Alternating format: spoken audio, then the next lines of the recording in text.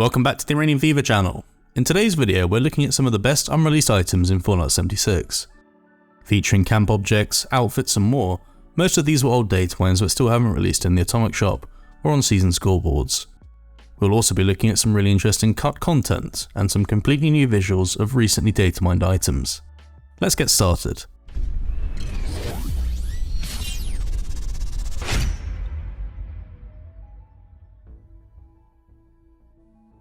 Up first today we have the Spore Plant.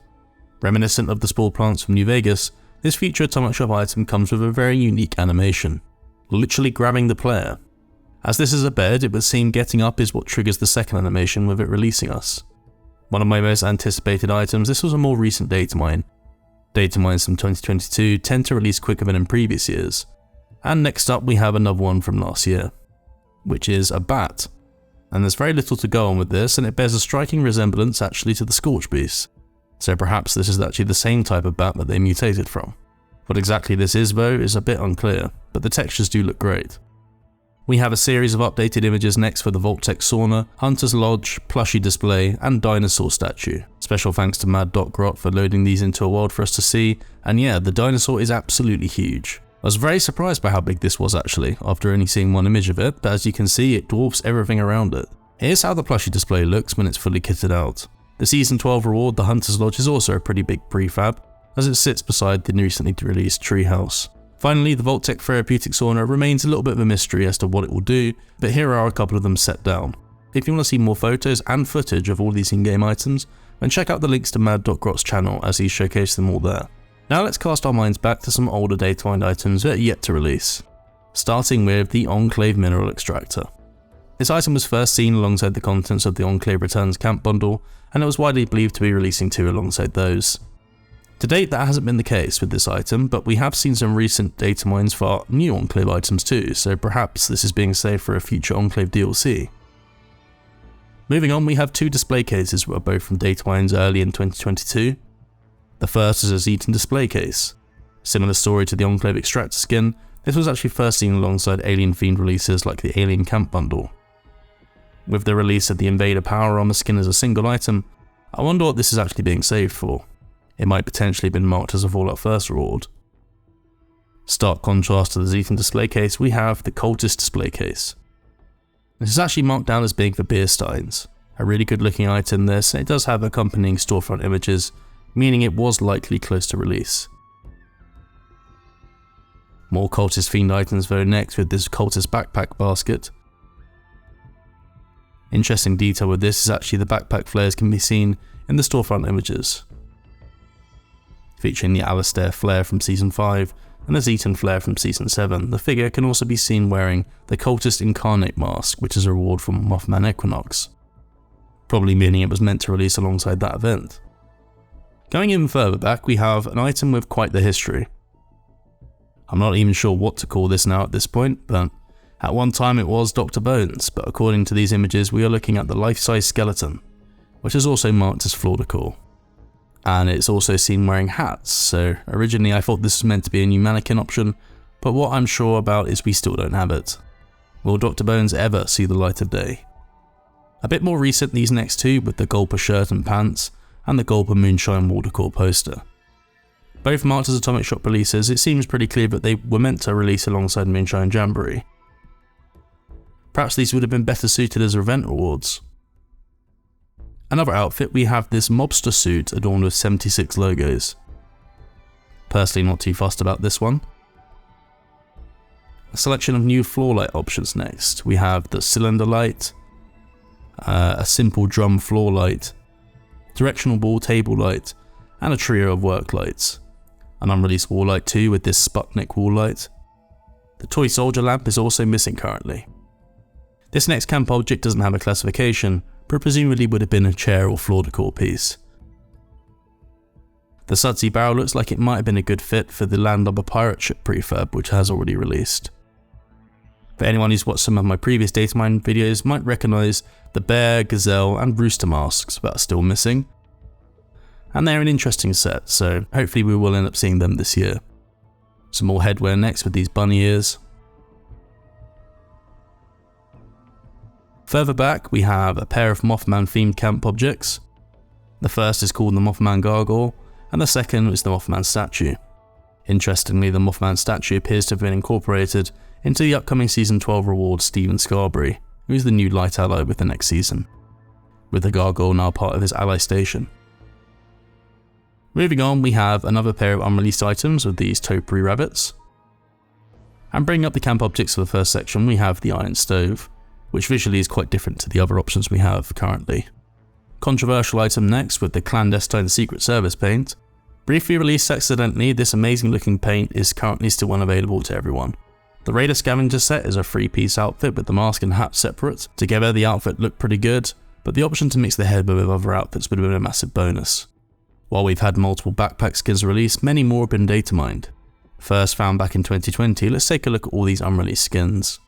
These included medical and quantum box backpacks, Mr. Fuzzy and Nuka-Cola case variants, 2 medical cooler options for Vim and Nuka-Shine, and finally a total of 4 shovel backpacks with a beige, camo, pink and red skins being datamined. A power armor skin called the Police Prowler is up next. This one actually probably should have been in the cut items section, but originally it was earmarked as an Atomic Shop release. Another unreleased power armor skin, the Hellfire V2 paint, was a red version of the Fallout First Reward Blue Demon. Next up we have a very popular unreleased item, which was the unused handmade skin for the R91. This was actually the assault rifle from Fallout 3 and was originally intended as an Atomic Shop release with the storefront text available. It's possible that this may have actually been replaced by the Screaming Eagle skin. This next unused item is a very interesting one. Plans for a bubble turret were originally intended to be available as a daily ops reward back when they were first introduced with the One Wasteland for All update back in 2020. It's been confirmed since by dataminers that visually this would have been identical to the in-game bubble turrets we see. These are normally seen on walls or ceilings like in the White Spring and on most radio towers. All in all, it would have been a great addition to the options we currently have for defense. A series of outfits were datamined with patch 34 in March of last year. Most of these seem to be Atomic Shop releases, but details still are a little bit thin. These included the Anubis outfit with a variant hood included. A bear power armor helmet was also datamined, and even though it's been a while, I'm still undecided on how this one looks, but the paint resembles the previously released Park Ranger power armor. A Viking helmet was also datamined without an accompanying outfit. Finally, an outfit listed as the Brawler to finish up the outfit section. It sports the Madden's gym logo, which had 2 boxing gyms in Fallout 4. Now for some unused Pip-boy skins for the Atomic Shop. These are listed as the Construction Safety, Red Menace, Wavy Willards and White Paint.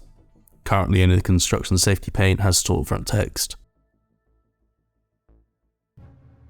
To finish up with unreleased items, there are also 4 unused Lootbag skins. These are a Piggy Bank, Carry-On Bag, Pink Purse and a Present Trap. All have no storefront text available, but have been listed as unused on the Fallout Wiki. I think my favourite of this selection probably would have been the Piggy Bank. But now it's time to review some of the cut content that we aren't scheduled to ever receive. The Sound Maker was a cut weapon from the Wastelanders update. It was intended to be a thrown item, and it would produce a collection of loud noises, releasing a sonic blast that would knock down targets. Next is the unpainted Chinese assault rifle, another classic Fallout weapon. We have since had the ability to apply the red shift paint job, which changes the look of the handmade to one of the assault rifle. However, an unpainted version is still unavailable. Next we have 2 cut power armor paints, and one which actually never made it past one of the very first game trailers. These are the Atom Cap paint for T60, Sugar Bombs paint for T51, and the completely unused Hot Rod Flames paint for X01. The Free Radicals mask may have been one of many, with a series of other helmets and masks being unused. Familiar to anyone who's played through Fallout 4's Nuka World DLC, these masks are the same as the ones that Disciples Raider Gang wore, even featuring the unique variants belonging to Nisha, Savoy and Dixie. To finish up with unused content, we have a collection of different items, including a wrestling costume, metal tub planter, beer keg and a Pulowski preservation shelter. Finally, we have the Black Knight Sten gun. The weapon has been in development limbo dating back to the launch period of the game. Initially it was going to be a standard hunting rifle with a skin, The ATX reference in the editor ID indicates that this may have been intended to appear in the Atomic Shop at one time. Finally, for cut items, we have 2 Collectron types, including a Free States variant and a Bronze Collectron. That finishes off the cut items, but there's still a couple of older unreleased Datamine items which I have mentioned in previous videos. Up first again, we have the gutted car gate. I don't think I'm ever going to do one of these videos without mentioning this one. It featured custom animations for the gate opening and closing. It was datamined alongside items from the Junkyard bundle years ago. Another ancient datamine is the Communist Fusion Generator skin. This one has storefront images, and like the previous item was first seen alongside items that would have gone on to feature in the Communist Camp bundle. A set of alternate power connectors were also slated for release with these Tesla coil power connectors. Very small item compared to the others on this list, but this would have given a completely different look to the available connectors we do have to work with. And last for today, we have the Cutthroat outfit. A reskin version of the helmeted cage armor first featured in Fallout 4. This outfit is also seen on Raiders in 76. But that does bring us to the end of the video. If you want to see a full list of the most recent Atomic Shop and Season 12 datamines, then links are in the description. Personally, I'm still holding out a little bit of hope that we may see some of these old items one day, particularly the gutted car gate. But what do you think? Are we likely to see any of these items make an appearance? Which items would you most like to see introduced? Let me know what you think down in the comments. For today though, that is it from me. If you enjoyed this particular video, please consider subscribing to help the channel grow. With that said, I'm off. Thank you for watching, and we will see you in the next one.